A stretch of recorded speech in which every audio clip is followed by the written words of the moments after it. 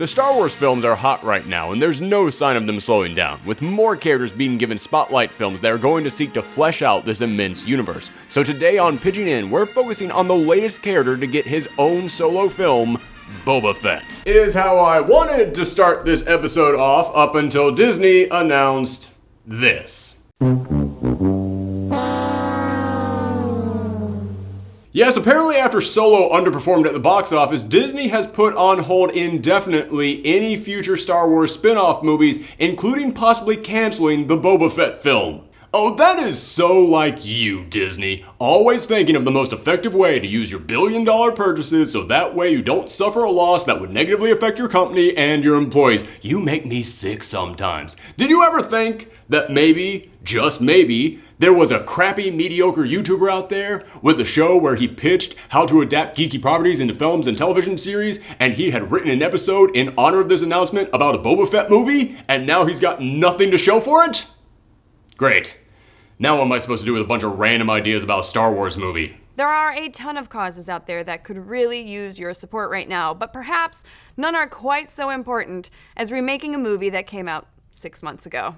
At least that's what the self-ordained movie moguls behind the Remake The Last Jedi internet campaign think. So, there are people out there literally willing to spend millions of dollars just on the promise that someone on the internet might have a pitch for a Star Wars movie? Hot damn!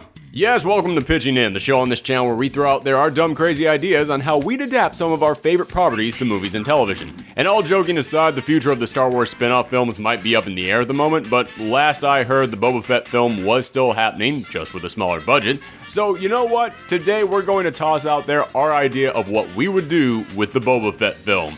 Now, this is an interesting character to tackle because Boba Fett is beloved by so many Star Wars fans because of all of his adventures in the expanded universe, which are all gone. This means Disney is in a very odd position because they're finally making a movie about the character people wanted to see more of, but they threw out all the stuff people wanted to see.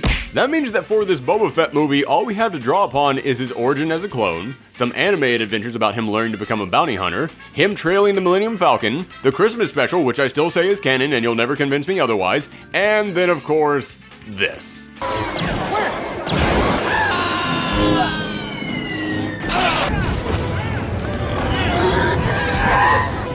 And that's the big problem with making a Boba Fett movie. Now, again, I know the diehard fans know all about his adventures in the Clone Wars cartoons and the most recent Marvel comics, both of which are still canon, but the diehard fans don't make up the majority of the people who go to Star Wars movies. For about 90% of moviegoers out there, all they know of Boba Fett is this. You may take Captain Solo to Jabba the Hutt after I have Skywalker. He's no good to me dead. And this.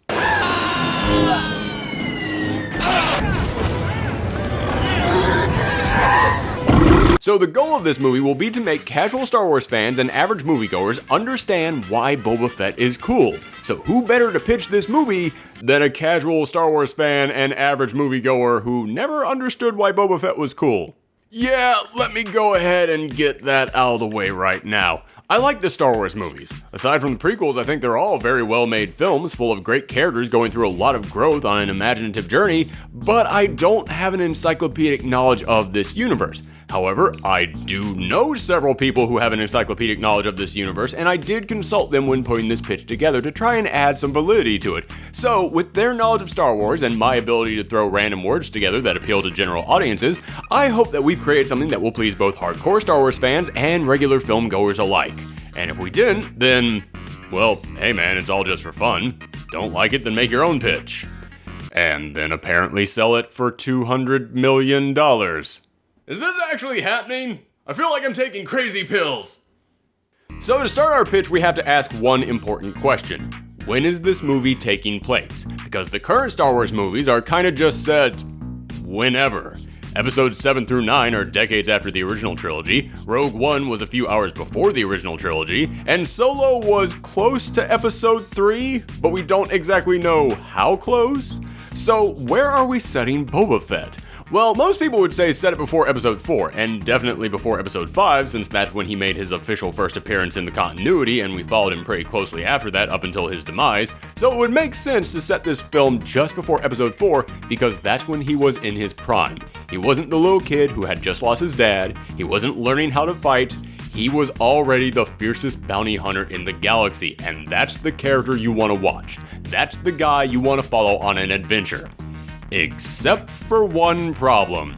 You see, you can make this the most awesome Boba Fett movie possible. You can show he's the biggest badass in the entire galaxy. We still know his story ends like this.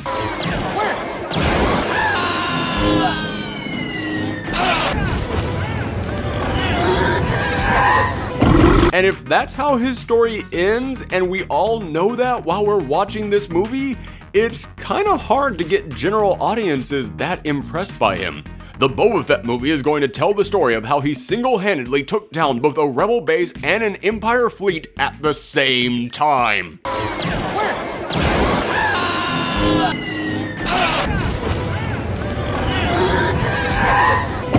Boba Fett is going to fight off an army of Wookiees. No, rabid Wookiees. No, rabid zombie Wookiees possessed by demons, and while he's fighting them, he's going to do that awesome pose from the cover of the Doom video game.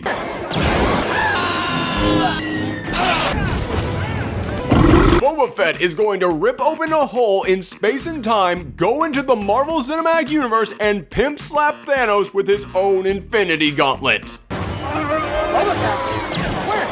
What you say? Oh, that you only meant well, 'cause you did. What you say? That it's all for the best, 'cause it is. Yeah, you see what I'm saying here? No matter how amazing his adventures were, no matter what incredible mind-blowing feats he accomplishes, going into this movie, we know that in Return of the Jedi, he's going to die because a blind guy accidentally bumped into his jetpack, sending him flying into a wall like Wile E. Coyote, and then tumbled into the mouth of an immortal floor parasite that let out a comedic belch to signify his death. For a character that people love so much, that couldn't be more of a disrespectful death than if Chewie hit him in the face with a pie and C-3PO flipped him the bird while he was being digested. And when you know that that's how he's going to die one day, it kind of hurts his cool factor when you're watching his movie. Unless you set his movie after Return of the Jedi. But isn't he dead? You know, because of the whole immortal floor parasite thing? Yes, we all saw Boba Fett fall into the Sarlacc pit, which does paralyze its victims with a toxin that keeps them alive for a millennium as the creature slowly digests them, and wow, Lucas really wanted to dunk all over this guy, didn't he? Well, the expanded universe actually wrote several stories about how Boba Fett escaped the pit, and if you want to show that Boba Fett is a badass, you kinda have to get him out of that particularly prickly pickle that we left him in. And for anyone out there who is about to say, you can't undo that because that was George Lucas's vision. Actually, when Lucas originally wrote Star Wars as a 12-part storyline, he was going to have Boba Fett become the big villain after Vader died, but then he decided to kill him off when he compressed his final trilogy into one movie because he decided that he didn't want to make these movies anymore. Oh yeah, I told you I did my research on this one. So much research.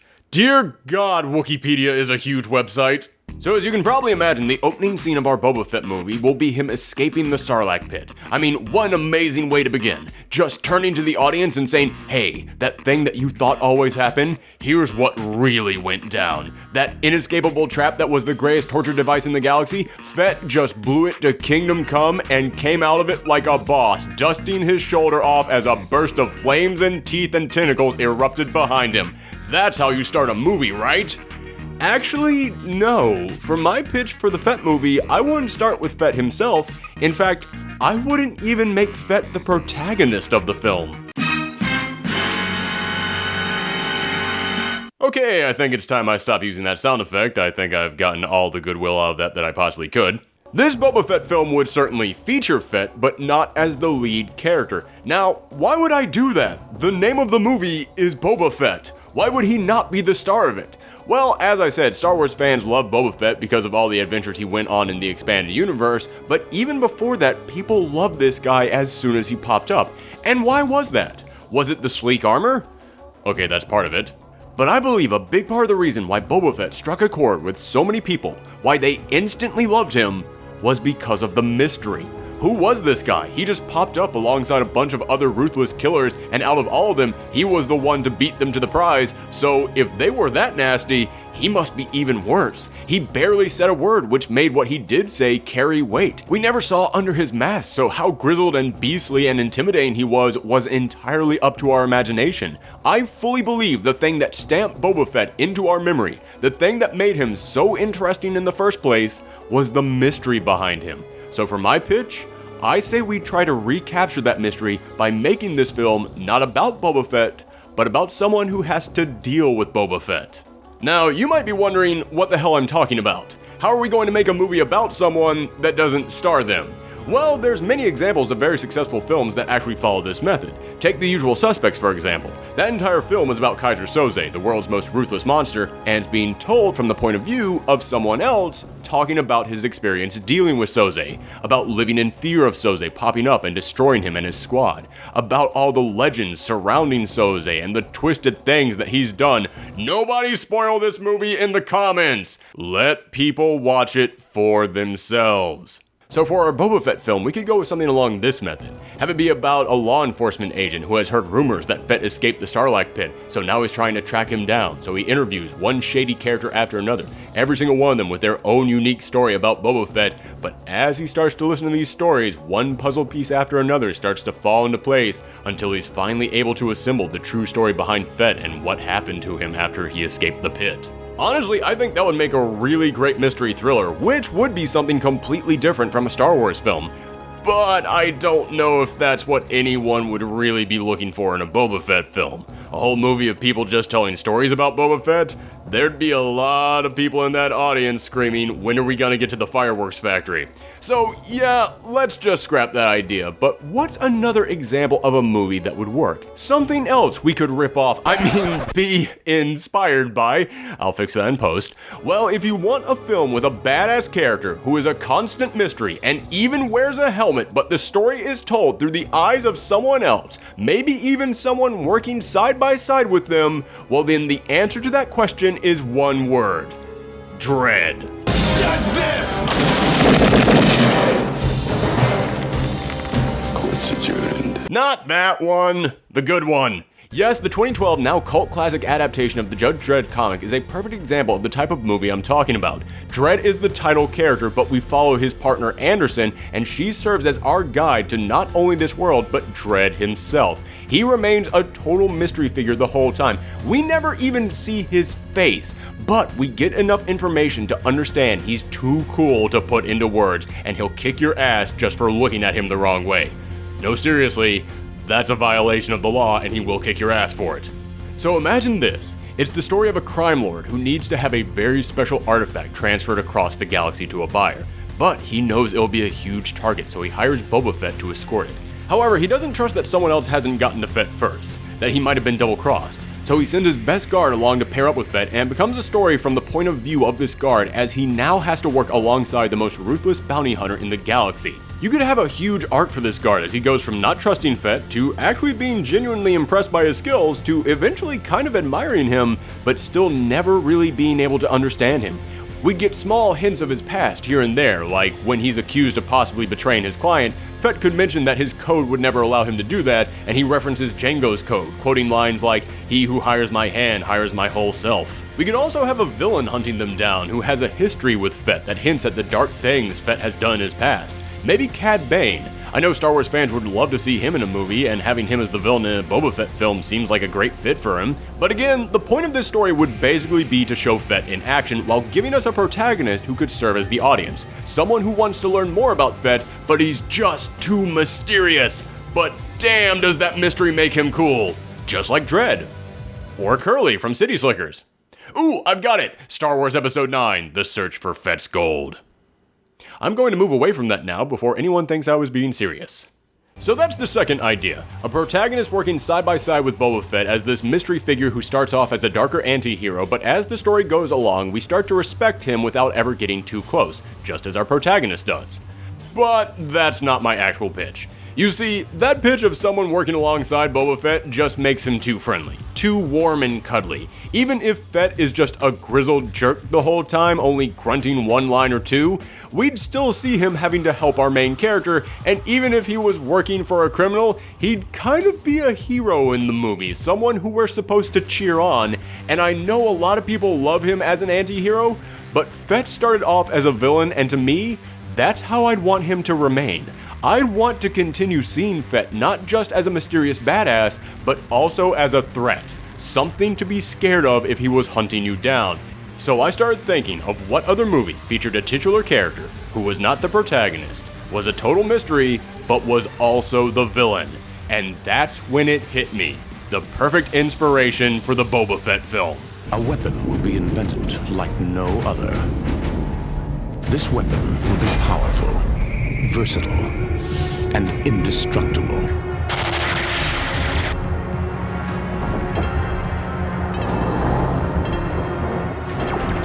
This weapon will be called the Terminator. That is my pitch. Terminator with Boba Fett. And you might be asking, okay, why the heck did you spend 20 minutes giving us ideas that you're not actually going to use? Well, for one, because if I didn't, then this episode would be really short, but also because for the pitch I'm going to make, I'll be taking little bits and pieces of those other two ideas that I just introduced. Imagine this, a group of smugglers, some of the best in the galaxy, total ruthless pirates who ever since the collapse of the Empire have taken advantage of the confusion gripping the universe to go on a crime spree the likes no one has ever seen. Because remember, if the Emperor was killed and his second giant headquarters was blown up and the entire Empire collapsed, the universe would be in a bit of chaos for a period of time with this massive authoritarian power structure now gone. There'd be a temporary power vacuum, and that would be the perfect environment for these smugglers to avoid the law and rise to infamy. Also, it would give us an opportunity to finally talk about what it was like after the Empire collapsed, and we could use this opportunity to start planting the seeds for the First Order because, dear God, one of these movies has to explain what their deal is. I know if you look in the books and the comics, then you get some answers to this, but we need those answers in the movies. The Empire collapsed, and now there's still Empire cosplayers running around? What happened there? 95% of people get their Star Wars info from the movies. We kind of need to explain this in the movies. But that's for later. While we're on the Empire, like I said, this crew of smugglers will be the worst of the worst. So you could have former soldiers from the Empire who turned to crime after it collapsed, but you could also throw in there someone who used to be a member of the rebellion who decided he liked money more than fighting for other people's freedom. Maybe it's just me, but having a group with former members of the Empire and the rebellion working side by side just makes them seem way more interesting, like they're so focused on their goals that their opposing past doesn't even bother them anymore. But you could also throw in there one of the old bounty hunters we saw Vader trying to hire in Empire. I'd go with Bosk for this example because I think he probably has the most memorable look out of any of them, so even just casual moviegoers will probably remember him. Plus, if you want to get into Boba Fett's history, they do actually cross paths multiple times, so, you know, it could be something that comes up later on in this film, just saying. Also, let's throw in an expanded universe character. I know a lot of Star Wars fans are sad to see some of their most beloved characters officially no longer part of this universe, but I applaud Disney for slowly sprinkling them back in here and there, and the roster for this crew would be a great place to drop another one in. My vote goes for Dash Rendar. He was already a smuggler who had a run-in with Boba Fett in his book, so it would work pretty well to put him in here, even if this movie version would be a tad more anti-hero than the versions that we had previously established. And if the fans have a problem with Dash Rendar being seen more as a villainous type character, then we could just substitute him out for that Green Rabbit who eventually became Bucky O'Hare. Even I'm not sure whether or not I'm joking about that one. And for the last two members of this crew, let's go with a droid and a Wookiee. Because, hey, it's Star Wars. You can't not have a droid and a Wookiee. I'm kidding, they actually would serve a purpose in this pitch of mine, and you'll see why in a moment. So this ragtag band of smugglers, futuristic pirates, lovable rogues would be our heroes, heroes being in quotation marks, and when this movie starts, we want to establish two things right off the bat, that they're tough as nails and they're likable. So we'll see them in their ship, hanging out, joking around, drinking together, referencing their long history together, like when they first met each other, who saved whose life on what crazy mission, all to try and make the audience think, you know what, they're not that bad. Sure, they're criminals, but in the same way that Jack Sparrow is. They're just so darn likable that you'll want to root them on. Think of them as the outlaw space version of Schwarzenegger's crew in Predator. Rough and tumble characters with larger-than-life personalities who instantly impress you with their tales of adventure. In fact, we could even start with one of their missions. Have this movie open up with them pulling off a job so crazy it makes your jaw drop as you realize nobody should mess with them. And just to help get the audience on their side, you could have their opening job be them ripping off and taking down some former Empire goons who were on the run with a stolen Sith artifact that they had been holding on to. Nothing makes your audience like a character quicker than seeing them take down space fascists.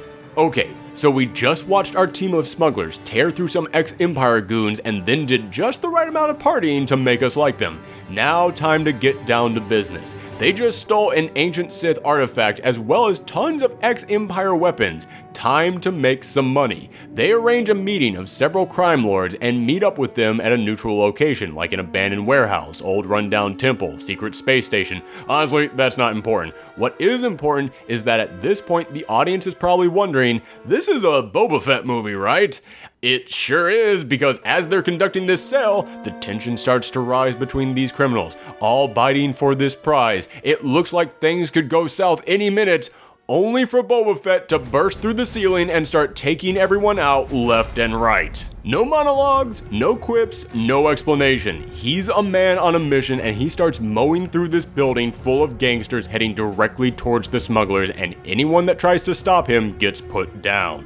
Our heroes, or anti-heroes I should say, realize quickly that they're no match for Fett and start escaping, only for two members of their team to be killed off instantly. Yeah, that's right. You know that elite team of badasses we just saw go on a huge mission where they pulled off the impossible? Then we all saw their bond and how much they cared about each other, and we got the audience to start liking them as well? Boba Fett is going to tear all of that apart in a matter of minutes. Best way to make Fett instantly feel like an unstoppable killing machine is to have him wreck in 2 minutes the team that we just established was practically invincible. It's like prison. Best way to make a first impression is to beat the crap out of the biggest guy there. Now, as for who to kill off, I'd say go with the former Empire trooper, because even if he left the Empire, he was still at one point in time a member of those space fascists I was just talking about, so he'll probably be the hardest one for the audience to connect with. And as for the other one, I'd say kill off the droid, because no one would ever expect a droid in a Star Wars film to be one of the first to die. At this point, I'd like to remind everyone that I initially wrote this script before the release of Solo. But I stand by saying the droid will get taken out immediately, because this scene will already establish that Fett is an impressive hunter, but it also needs to establish that he's scary, that he's something our protagonists need to be afraid of, that he truly is as ruthless as everyone says, and it's a Star Wars film. You can't really show Boba Fett messing up a human. But a droid? Yeah, you can do whatever you want to a droid. You have a shot of the smugglers running to their ship, only to turn around to see that the droid isn't following them, but instead, they're crawling out of the warehouse, bottom half of their body blown off with wires and spare parts trailing behind them, reaching out for help as Fett just casually walks out of the burning building behind them, then takes aim and blows the droid's head off as it screams for its friends to help. Yeah, can't exactly do that with a human. When I said that I needed a droid for a very specific reason, how many of you thought it was going to be that? Yes, the droid was here not only to die, but to die in a way that would leave the audience's jaw dropped as they realize Boba Fett is truly a monster. The story then follows these smugglers as they run from Fett, trying to figure out what just happened and who was that back there, because it looked like Boba Fett, but it couldn't be. He died. He got knocked into the Sarlacc pit, everyone knows that, but there he was, alive and kicking the crap out of them. We get a moment of them mourning the loss of their friends, just to remind the audience that they are human and they do care about each other, so that we will care about them and be worried about them, but after that, they need answers. That becomes the second act of this film, as these smugglers go looking for answers in their own way, hitting up back alleys, scrounging through the criminal underbelly, going to not one but 2 cantinas. They learned that there have been whispers of Fett still being alive. Many people thought it was only rumors, but many high target figures in the underworld have gone missing recently, and there's only a handful of people who could pull that off. They could also hear all these myths and rumors surrounding Fett in order to help build the mystery surrounding him. Some people would say that he was a clone of the legendary hunter Jango Fett, but others would say that he was an ex-cop from Concord Dawn, while others would say that he was the ruler of his own planet Mandalore. As I said, these conflicting stories would help increase the mystery surrounding Fett, but at the same time, it would be a nice little wink and nod to the fans out there because both of those stories I just told were actual backstories for him in the expanded universe. The smugglers realize that they have two paths ahead of them. They have to confirm if Fett is alive or dead, so half of them go to the Sarlacc pit to look for clues, while the rest of them have to find out who is paying this bounty hunter to come after them. If they want to survive, then they have to find his employer and get them to call out the bounty. So the team splits up and the Wookiee and the former rebel go to the Sarlacc pit. They plan on asking scavengers in the area if they've seen anything, but they don't get far because as soon as they arrive, they see that the pit full of teeth and tentacles is now just a burnt out crater. They investigate and learn that it had been years since it was destroyed, and it wasn't just blown up, someone went full overkill on it. This was an act of rage. This was personal. This was done by Boba Fett. He is still alive. Now, I'll admit, originally I was going to pitch that they found a way to scavenge inside the Sarlacc and they found Boba Fett's armor in there, then they opened it up and they found that it wasn't Fett inside, but another bounty hunter that Fett had worked with in the past, and they realized that Fett must have sent him in the armor to Jabba's palace in his place because he thought that Jabba probably was going to betray him. I did this because as cool as the idea of Fett blasting his way out of the Sarlacc pit is, that still means that the galaxy's greatest bounty hunter still fell in there like this. And yeah, that's kind of a big stain on his permanent record. This explanation would have avoided all that and allowed Fett to keep his dignity in that scene, but the more I thought about it, the more I realized changing it so that wasn't actually Fett in Return of the Jedi would make you watch that film differently every single time that you revisit it, and it would change the story around, and I'm sure that would actually probably upset a lot of the fans, and they'd say that was an insult to Lucas, and you know what? I can understand that. So instead, let's just say that Fett blasted his way to freedom. From there, the film becomes Fett taking out the rest of the crew. First, he ambushes the Wookiee and the Rebel at the Sarlacc pit. As I said, I picked a Wookiee for this team because ever since the first Star Wars film, we've established Wookiees are nothing to mess with. They'll rip your arm off just for beating them at space chess. So seeing Fett take on one of these giant hairy juggernauts would again establish how tough he is, but it wouldn't hurt his credit any if we saw the Wookiee gain in a few hits, maybe even cracking his helmet a smidge. After this, Fett tracks down the other two members, Dash and Bossk, and we get a nice little exchange between Bossk and Fett as they reference their past. Bossk could even bring up that he was on Jabba's ship when Fett died. Again, Fett won't say much in this movie, being rather cold and all about business, but this could be when we finally get some emotions out of him. He could finally show some aggression towards Bossk before taking him out, letting the audience know that he is indeed human, just a very pissed off human who you don't want to mess with because he'll put a hole in your chest. Dash is the last one left alive, and he decides to finally confront Fett, but to do it on his terms. So he leads Fett to a planet off the grid, someplace that only smugglers know about where they won't be bothered, someplace that we could totally give a backstory to that we then explore in a comic book offshoot because hey, it's Star Wars, that's just what we do now. So Dash starts prepping, mapping out the area, setting up traps. Basically, it's just the end of Predator. Yes, I realize that makes two Schwarzenegger films that I have merged together for this. I'll admit it's not that original, but hey, if this works out, then we can make a sequel and it will be something completely different. Like, I don't know, Fett finds out that he has another clone sibling, but he was made from just imperfect DNA, so he's short and bald. Fett has to teach a class of younglings how to... You know what, let's just get back to this movie. So Dash uses all of his weapons, traps, cunning, and skills to try and stop Fett. Boba takes a few hits, even cracking his helmet open slightly, allowing the audience to see just a sliver of his face, letting the audience feel rewarded because, oh my gosh, we finally got some kind of an answer to what the heck Fett looks like under there, but still keeping enough of him hidden that remains a mystery. And for anyone who says, we know what he looks like, he looks just like Jango Fett, they're clones.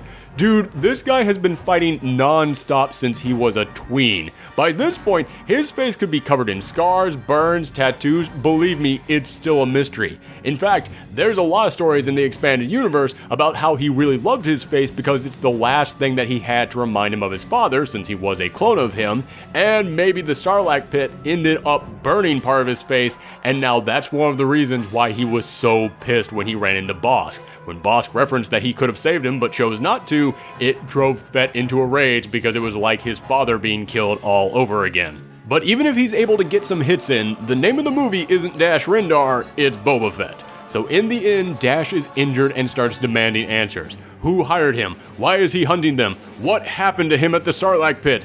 Fett tells them that they were never the target, just before killing Dash, boarding his ship, and grabbing the Sith relic that they stole at the very beginning of the film.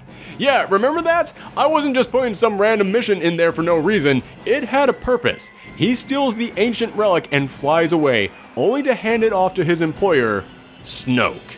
Yeah, remember how I mentioned we needed a film set after Return of the Jedi to help explain what the heck the First Order is and where they came from? Well, we could sprinkle some clues here and there throughout the film, like having the former Empire crew that gets robbed at the beginning of the film mention them, or have some whispers from criminals at the cantinas bring them up, but we would end the film by showing a younger Snoke actually talking about how he's working to build a new regime to overthrow Leia and her newly established government and continue on the work of the Empire. And while this relic might only have had sentimental value to the Empire, well, the First Order is basically just Empire cosplayers, so it wouldn't be out of the question that he would want it as a trophy. Yes, I know some people will hate the idea that Dash and all the other characters will have died over something so small, just over some collectible, but I think that kind of works because remember, they're not the focus of the film.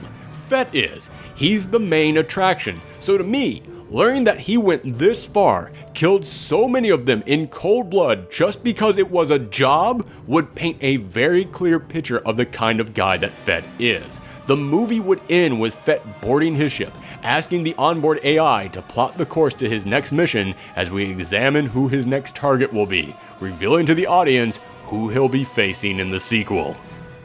And that's my pitch for the Boba Fett film. Can I have $200 million now? No? No one is actually going to spend that kind of money on just random ideas someone on the internet has, and even if they did, there'd be all kinds of legal problems going into possibly making what is essentially a fan Star Wars film? Okay. Well, guess I should probably start wrapping this episode up then.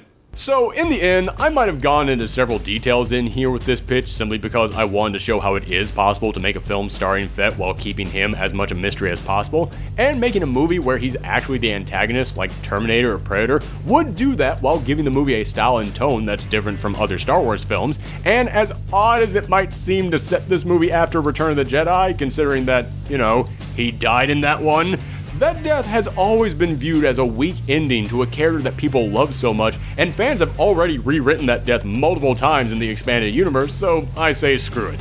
Go ahead and take a mulligan on this one.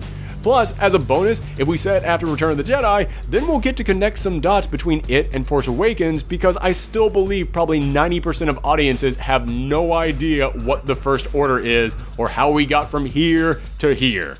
But honestly, that's all I think is really necessary for this movie. Keep him mysterious and address his death. After that, you can do whatever you want with this film, and I'm sure that there are people out there with way better ideas than me on this one. Remember, the whole point of pitching in isn't for me to come in here and say, everyone in Hollywood doesn't know what they're doing, and they should all listen to me, internet guy, because I have all the answers. I don't. I have no answers. I just have fun. That's what these videos are for. Just a way to celebrate and brainstorm about our geeky passions. So I hope all of you had fun as well. Let me know your ideas for the Boba Fett film down below or on Twitter, Twitch, and Tumblr at Professor Thorgy. Also, we're starting to make Pitching In a once-a-month show, so let me know what you want our August show to be about. Thanks again for tuning in, everyone, and come back next time.